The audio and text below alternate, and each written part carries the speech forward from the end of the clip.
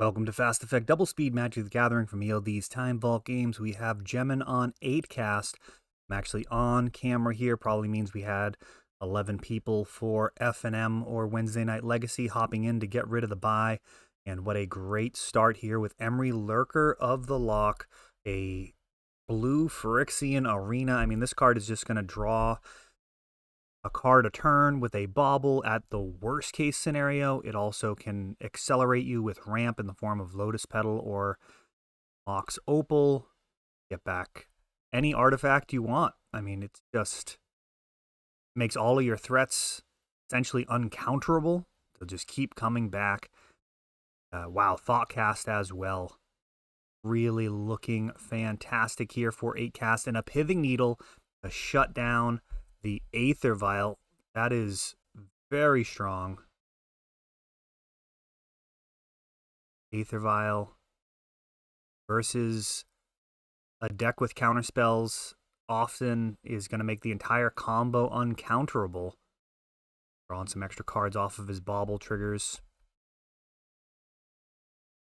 Thoughtcast, such a powerful card. Those 2-for-1s, things like Expressive Iteration, Thoughtcast, my favorite card of all time, Gush, which is not legal in Legacy. And now we have a Cavern of Souls making Cephalid uncounterable. Those 2-for-1s really do tend to favor the stronger players over time, allowing these little incremental advantages. Formats that have lots of opportunities for card advantage become very interesting. He actually has quite a lot of those right now. So Pithing Needle, trying to keep up all of these cards for anyone not familiar with them. Cycle through them. Marquee here. Once Cephalid is down, typically one card away from death if it's Shuko or the Nomad in core. However, Chalice at 1 going to stop either of those cards. But Stoneforge Mystic is a way around. Stoneforge Mystic can grab Shuko and actually put it onto the battlefield despite this Chalice at 1. So even though Gemmin's had an absolutely incredible start with answers for just about everything on the other side of the board, it may not be enough. He's going to have an answer.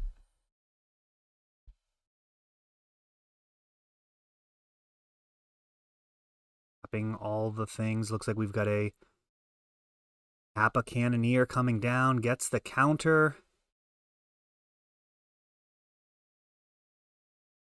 And another Chalice at 1. So the Cabal Therapies won't work.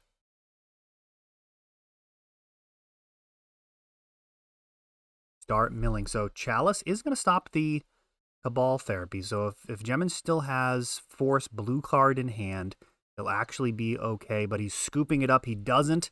That Stoneforge just finding a way around Chalice at 1. Absolutely brutal. I mean, he had it all there. I mean, that was a tremendous start. Had a clock on board. All he really needed there was some counter magic left in hand. Might have had a shot. Of course, Cephalid Breakfast does play Force and Daze itself, so it can often defend itself on the stack. Usually can be sure of Cabal Therapying your opponent when you're comboing off to make sure they don't have any type of interaction. Obviously, counters at the top of that list, but any type of graveyard hate can be a problem as well, especially if you don't have the Thassa's Oracle in hand. Thassa's Oracle in hand is one way around any type of graveyard hate. Of course, you can just exile your whole library or mill your whole library if they don't have hate that exiles it, like Leyline of the Void, for example. But essentially, KO your library and then get in the Thassa's Oracle from hand.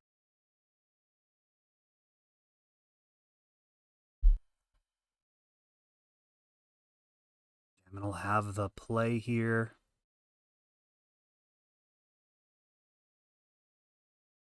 Start again, another Thoughtcast. So dumping his hand, reloading, and an Emery. Unbelievable. You have a pithing needle that he can have access to. Now, one of the things you'll find playing against Cephalid Breakfast is actually very difficult to hate out. A card like Pithing Needle would often work versus a deck that, for example, is all in on a Gristlebrand. It's really going to stop the draw 7 from actually getting the job done. If you can handle the 7/7 lifelink side of the card, then you'll be fine.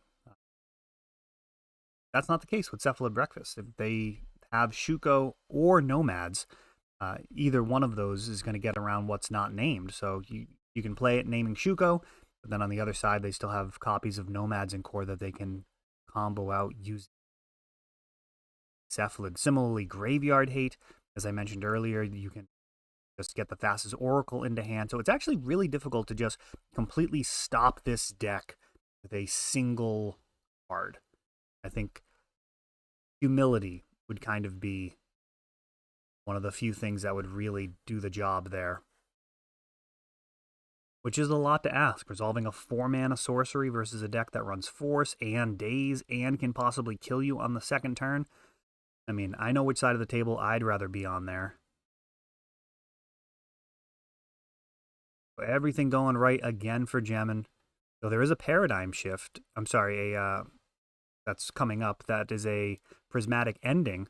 Spoiler alert, we are going to have a paradigm shift here on turn 2. Now that Cavern of Souls is going to make the Thassa's Oracle that is presumably in hand uncounterable.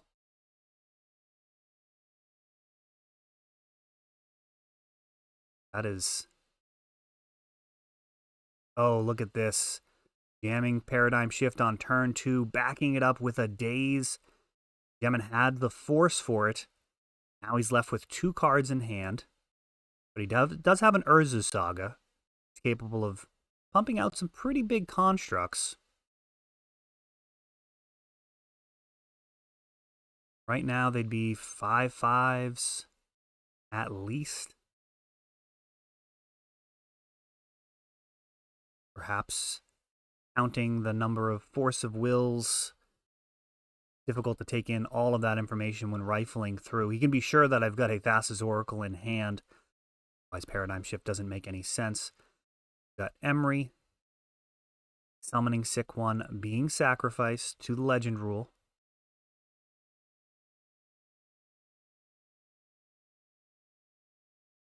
Back a Bauble.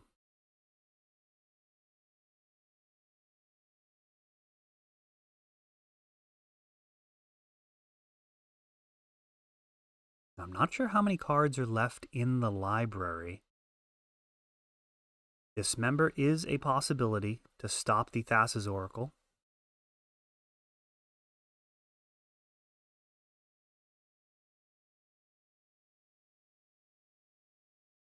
Like there's a Daze in hand again.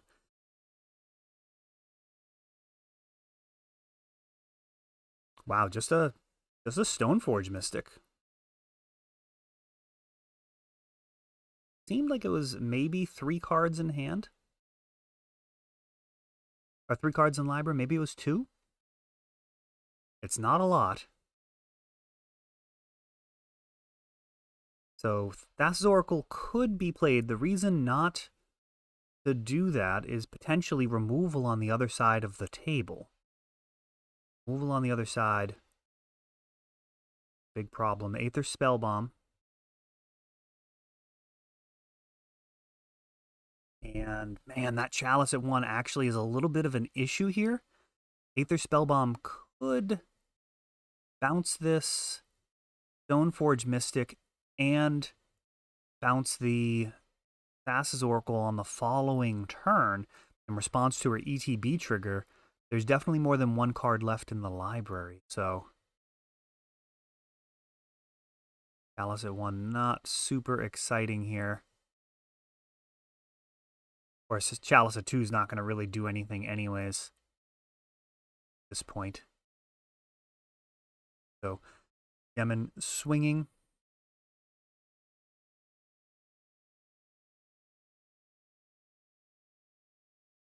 Jump block happens.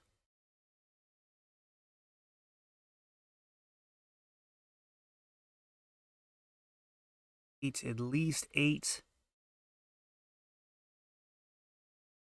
And very likely lethal next turn.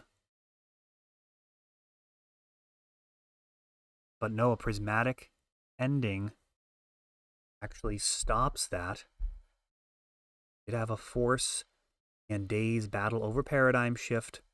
Now prismatic ending, trying to buy some time, stopping these absolutely colossal constructs from Urza's Saga.